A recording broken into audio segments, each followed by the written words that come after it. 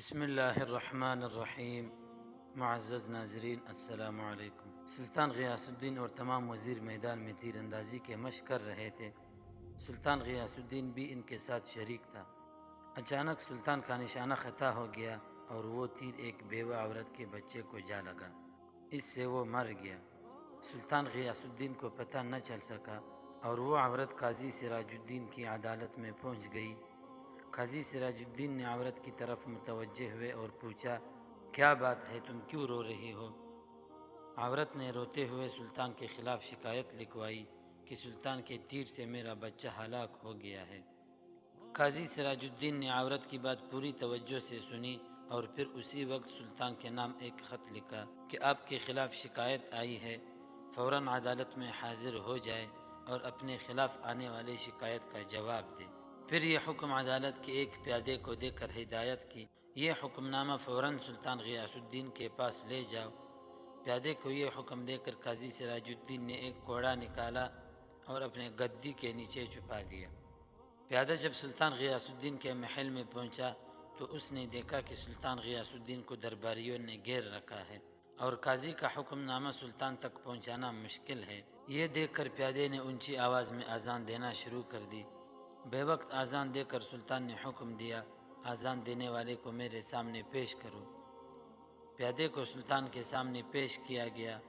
سلطان نے گرج کر پوچھا، بے وقت اذان کیوں دے رہے تھے؟ پیادے نے قاضی صاحب کا حکم نامہ سلطان کو دیتے ہوئے کہا کہ قاضی سراج الدین نے آپ کو عدالت میں طلب کیا ہے، آپ فوراً میرے ساتھ عدالت چلے۔ سلطان فوراً اٹھا، ایک چھوٹی سی تلوار اپنے آستین میں چھپا لی، پھر پیادے کے ساتھ عدالت پہنچا۔ قاضی صاحب نے بیٹھے بیٹھے مقتول کی ماں اور سلطان کی بیان باری باری سنے اور پھر فیصلہ سنایا۔ غلطی سے ہو جانے والے قتل کی وجہ سے سلطان پر کفارہ اور اس کی برادری پر خون کی دیت آئے گی۔ ہاں، اگر مقتول کی ماں مال کی کچھ مقدار پر راضی ہو جائے تو اس مال کے بدلے سلطان کو چھوڑا جا سکتا ہے۔ سلطان نے لڑکے کی ماں کو بہت سے مال پر راضی کر لیا۔ پھر قاضی سے کہا، میں نے لڑکے کی ماں کو مال پر راضی کر لیا ہے۔ قاضی نے عورت سے پوچھا، کیا آپ راضی ہو گئی؟ جی ہاں، میں راضی ہو گئی، عورت نے قاضی کو جواب دیا۔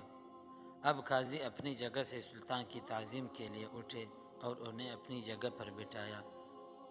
سلطان نے بغل سے تلوار نکال کر قاضی سراج الدین کو دکھاتے ہوئے کہا، اگر آپ میری ذرا سی بھی رعایت کرتے تو میں اس تلوار سے آپ کی گردن اڑا دیتا۔